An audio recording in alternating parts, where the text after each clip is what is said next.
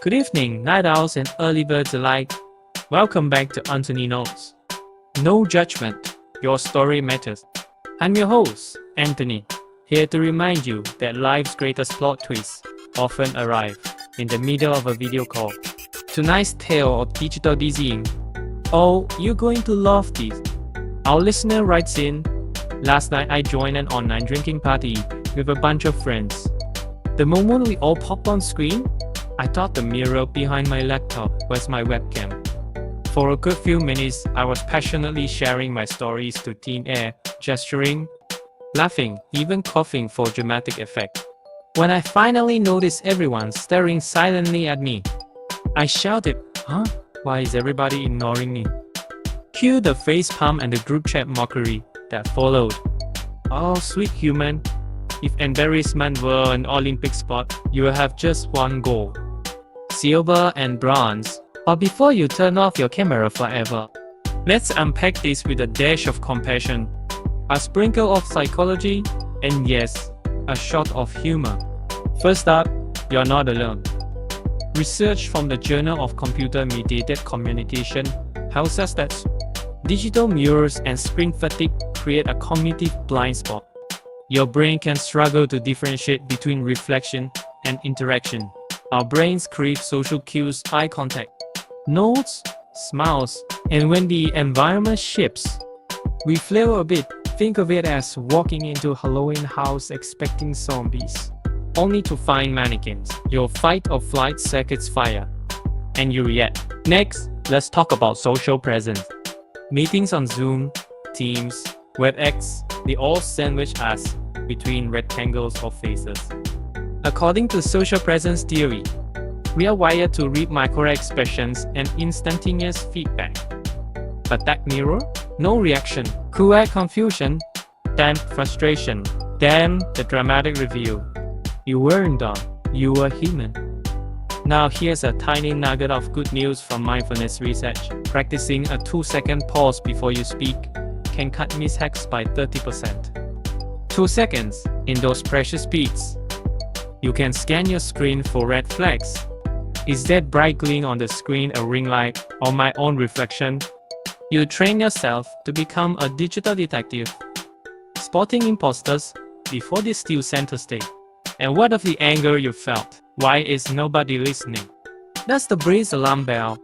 Many triggered when we feel unseen. Psychologist Brené Brown calls this the shame spiral. When we think we've blown it, we spiral into self-judgment and defensive walls.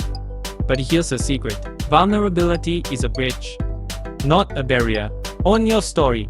Preface it with a laugh, and you transform a facepalm moment into a crowd pleaser. So here's your action plan. No more lectures, I promise. Just practical plays. Now, tag check ritual. Before you unmute, I could take 10 seconds to confirm you're addressing the right audience. A quick glance at your camera icon. A peep at your reflection. Know your stage.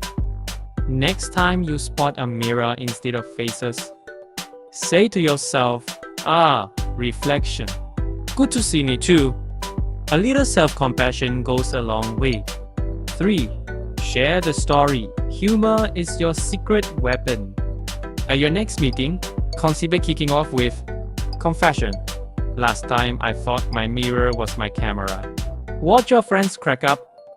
You will transform from that person, that legend. Number 4. 2-second pause. Before you begin any big anecdote, inhale, spot check, and then dive in. You will find your delivery sharper and your audience more engaged because they can actually hear you. Normalize the blunder. Technology hiccups are the new normal. When everyone knows you all had your share of mute button tragedies, screen freeze catastrophes, and mirrors misidentifications, the group vibe shifts from criticism to camaraderie. Finally, let's get real. Embarrassing moments are the spicy salsa of life. They wake us up, force us to grow, and later become our greatest icebreaker. You turn a mirror reflection into an unwitting audience. Nothing to hide your face from now. You've earned a story that's as relatable as it is ridiculous. So to our brave listener, Next time you join a virtual nomikai, welcome them nearer with a grin. Do your tech check. And if you still find yourself broadcasting to glass, lean to the laughter. Because when the party's over, the only thing that matters is the story you tell. And trust me, this one's a keeper. That's all for tonight on Anthony Knows. Remember, no judgment, your story matters. And sometimes the brightest moments follow the wildest misfires. Stay curious, stay kind, and keep those cameras on. For real this time. Good night, everyone.